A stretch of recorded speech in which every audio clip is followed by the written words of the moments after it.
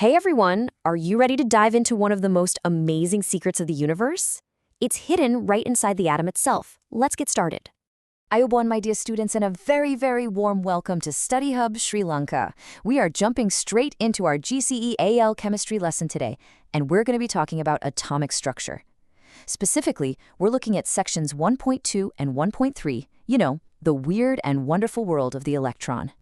All right, now here's a funny thing. To really understand the electron, we first have to understand light. Why?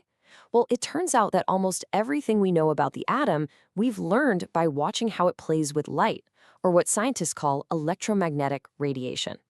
So have a look at this. This is what light really is, an electromagnetic wave. You can see there are two parts to it, an electric field and a magnetic field. They're kind of dancing up and down at right angles to each other as they zoom through space. Just think about that for a moment. The light that's letting you see this screen right now is made of these invisible, vibrating fields. Amazing, right? Okay, so every wave has a couple of key properties we need to know. The first one is wavelength, which we show with the Greek letter lambda. It's really simple. It's just the distance from the top of one wave, or its peak, to the very next peak. The second property is frequency, and we use the Greek letter nu for that. Frequency is just counting how many of those full waves pass by a certain spot every single second. And here is the most important part. These two things, wavelength and frequency, are totally connected. You see, the speed of light, which we call c, is a constant. It never changes in a vacuum. So what does that mean? It means that if the wavelength gets longer, the frequency has to get lower to keep the speed the same. And if the wavelength is super short, then the frequency has to be super high. One goes up, the other comes down. It's a perfect balance. And this picture shows the whole family of this radiation. It's called the electromagnetic spectrum. Way over on one side, you've got these long, lazy radio waves. And on the complete other end, you have these tiny, powerful gamma rays. But look, do you see that tiny little sliver of color in the middle? That's it. That's all of visible light. Everything we see, every color you can imagine, fits into just that little slice. It's incredible. So for a long time, everyone thought, okay, light is a wave. Simple.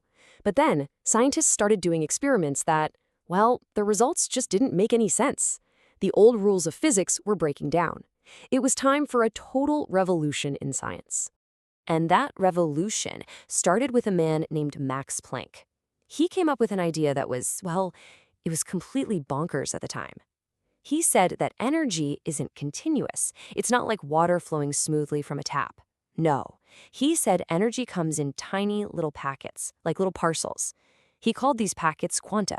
You can have 1 packet of energy, or 2 packets, or 100 packets, but you can never, ever have half a packet. And Planck even gave us this beautiful little equation to figure out the energy of one of these packets. The energy, E, of a single quantum is equal to a special number, h, which we now call Planck's constant, times the frequency of the light, v. So what's that really telling us? It's simple. Light with a high frequency is made of packets with high energy, and low-frequency light is made of packets with low energy. It's a direct link. Then along came the famous Albert Einstein. He loved Planck's idea, and he took it one step further. He said these little packets of light energy needed a name, so he called them photons. So now we have a problem, don't we? Is light a wave, or is it a stream of these little photon particles? The crazy, mind-bending answer is, somehow, it's both. Yeah, this bizarre idea that something can be a wave and a particle at the very same time is called wave-particle duality. It's one of the foundations of quantum mechanics. And it made a young scientist wonder, well, if a wave like light can pretend to be a particle, could a particle, like our little electron, sometimes pretend to be a wave? And the scientist Louis de Broglie shouted, yes. He proposed that any particle that's moving has a wavelength associated with it. And here's his equation. The wavelength lambda equals Planck's constant divided by the particle's momentum. Now, momentum is just its mass times its velocity, basically how much punch it has. For something big, like a cricket ball flying through the air, this wavelength is so ridiculously tiny we could never hope to see it. But for a tiny particle like an electron, this wavelength is actually really important. Okay. These are some pretty wild theories, I know, but this is science, and in science, we need proof. How can we be so sure that energy inside an atom is actually split into these fixed levels, that it's quantized? Well, Let's look at the cold, hard evidence. Now, this table right here, this is solid proof. Take a look at sodium, Na. To pull off the first electron, it takes a bit of energy, sure. But now look at the energy you need to pull off the second one. Wow! Look at that huge jump. Why? Why so much more energy?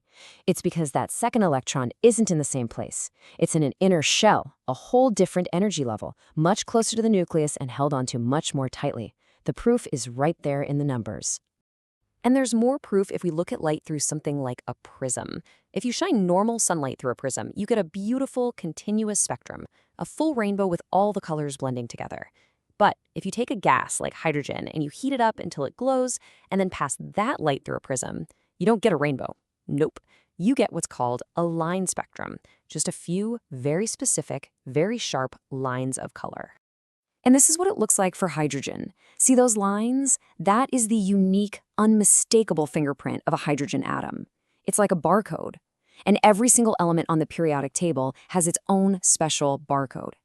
This is actually how astronomers can look at a star millions of light years away and tell us exactly what it's made of, just by reading the fingerprint in its light. So this diagram here, this is where it all comes together. Those lines represent the only energy levels an electron is allowed to be in. It can't be in between. So when an electron absorbs some energy and jumps up to a higher level, it can't stay there forever. Eventually, it falls back down. And when it falls, it has to release that extra energy as a single photon of light. Because the gaps between the levels are fixed, the energy of that photon is fixed, which means its color is fixed. And that, my students, is why we see sharp lines, not a blurry rainbow. All right, so all of this amazing theory gives us a beautiful system for describing exactly where and how an electron is living inside an atom.